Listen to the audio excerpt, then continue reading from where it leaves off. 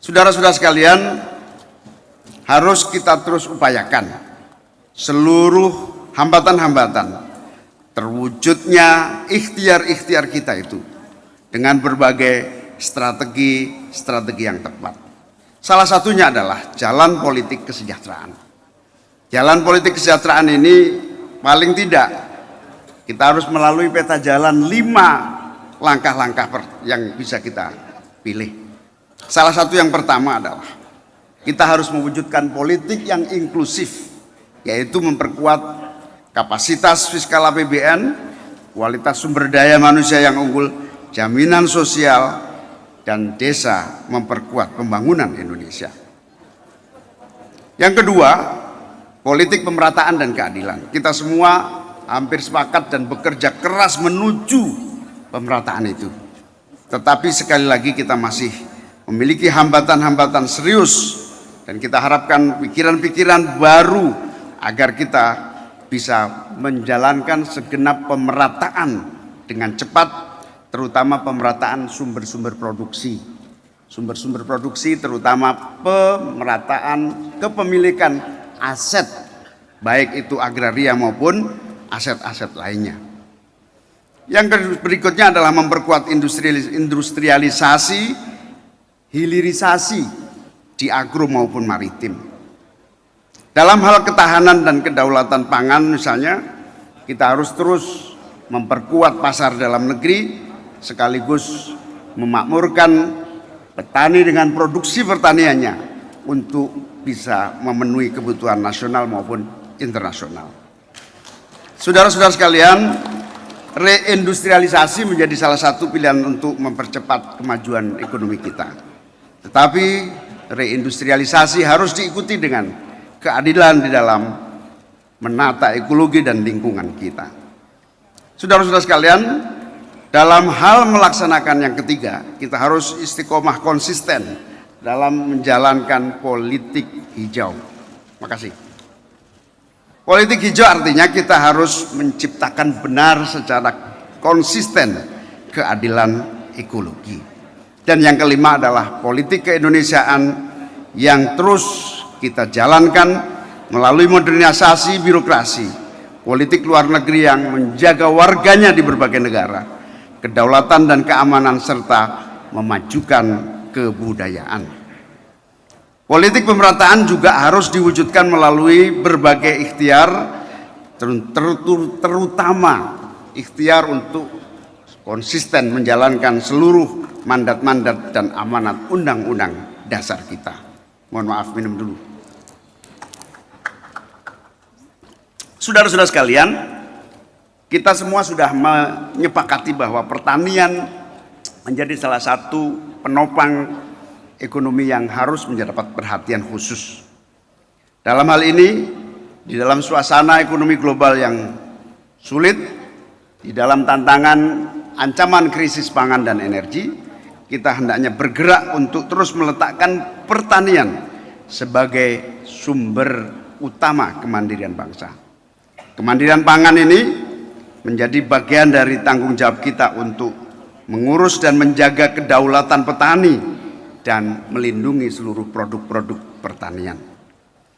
Hadirin hadirat sekalian yang saya muliakan, politik keindonesiaan yang benar dan terus harus kita jalankan adalah yang meletakkan kebudayaan sebagai fondasi bagi jalannya pembangunan.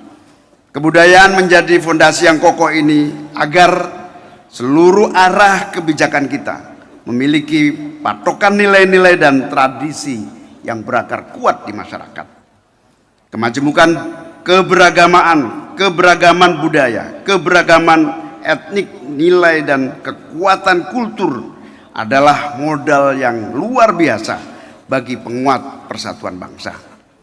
Jalan kebudayaan mutlak harus dipilih, karena menawarkan jalan kebudayaan sama dengan ikhtiar kita untuk terus menawarkan dialog terus-menerus agar seluruh pembangunan kita tidak pernah lepas dalam upaya kita meletakkan manusia sebagai pusat dari tujuan utama pembangunan. Kita semua harus terus meletakkan infrastruktur nilai, dan infrastruktur nilai inilah yang akan menambal retakan-retakan arsitek dari kebangsaan kita. Kita akan kokoh menjadi bangsa yang mampu menyatukan semangat keagamaan dan nasionalisme sehingga menjadi kekuatan yang saling beriringan dan menjadi jati diri dan karakter bangsa.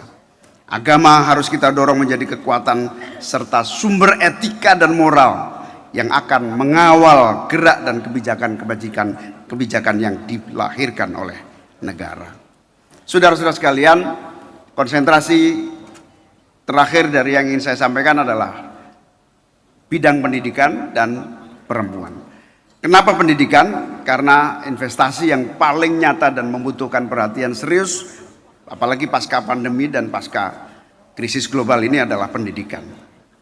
Beberapa tawaran yang penting menjadi catatan untuk kita perhatikan adalah bahwa kita harus segera beranjak dari anggaran 20% APBN kita kepada pendidikan, setidak-tidaknya 60%-nya harus digunakan untuk pelaksanaan murni pendidikan.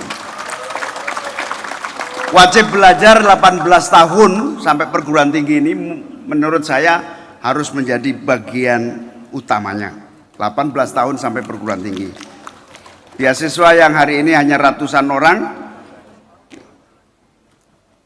ribuan, maksud saya 3.000-an sekarang. 3.000-an per tahun beasiswa sampai perguruan tinggi, terutama di kampus-kampus dunia melalui LPDP.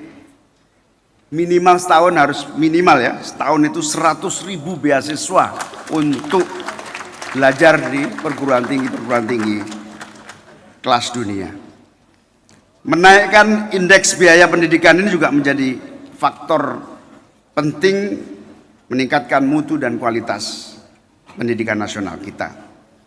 Hari ini indeks biaya pendidikan kita hanya 1,3 juta per tahun, bayangkan. 1,3 juta, kecil sekali.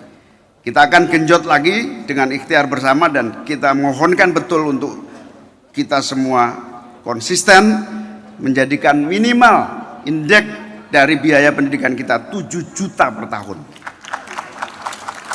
Saudara-saudara sekalian, meningkatkan kesejahteraan guru mutlak karena di situ adalah pusat dari seluruh kemajuan aktivitas pendidikan kita.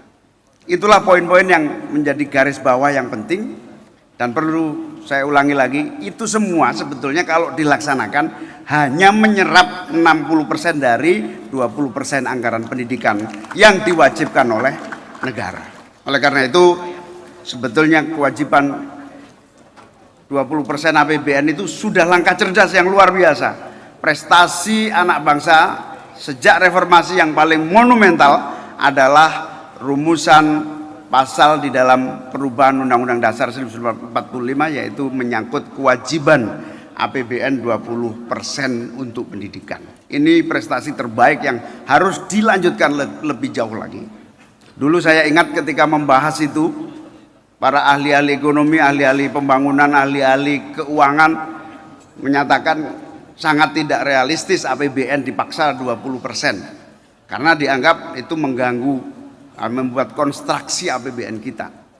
Tetapi karena semua kekuatan di Senayan bertekad bulat, pokoknya kacamata kuda yang penting 20% itu harus APBN digunakan untuk pendidikan. Alhamdulillah hari ini terbukti manfaatnya luar biasa.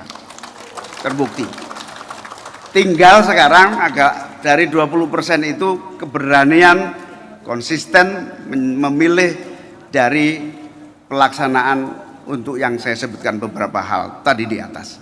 Bapak Ibu sekalian yang saya hormati, dengan demikian maka semua politik kesejahteraan kita yang bertumbuh pada kemandirian, keadilan sosial bagi seluruh rakyat Indonesia, dan kesejahteraan adalah bagian yang tidak terpisahkan untuk kita terus menjadikan itu sebagai fondasi pembangunan nasional kita.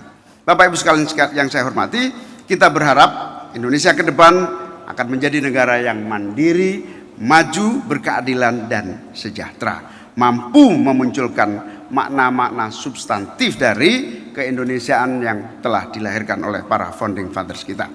Sebuah keindonesiaan yang mampu mencanangkan ideologi keadilan dan kesejahteraan sosial sebagai cita-cita konkret dalam berbangsa dan bernegara. Hadirin sekalian, saya sangat serius hari ini karena ini menjadi bagian dari momentum kita untuk menyiapkan langkah-langkah konkret yang tentu saya harapkan di forum ini kita semua berkontribusi memikirkan dan memberikan mandat kepada kita semua, para politisi, terutama anak buah saya di DPR RI, DPRD, DPRD kabupaten kota, semuanya eksekutif, legislatif, semuanya supaya istiqomah, konsisten, tidak lengah, dan memiliki target kerja yang jelas. Terima kasih kepada semua yang hadir, terima kasih kepada seluruh narasumber, terima kasih atas perhatian seluruh teman-teman dari berbagai daerah di seluruh Indonesia. Terima kasih kepada para jurnalis. Mohon maaf apabila ada kekurangan dan kesalahan. Wallahul muwaffiq ila aqwamit thoriq. Wassalamualaikum warahmatullahi wabarakatuh.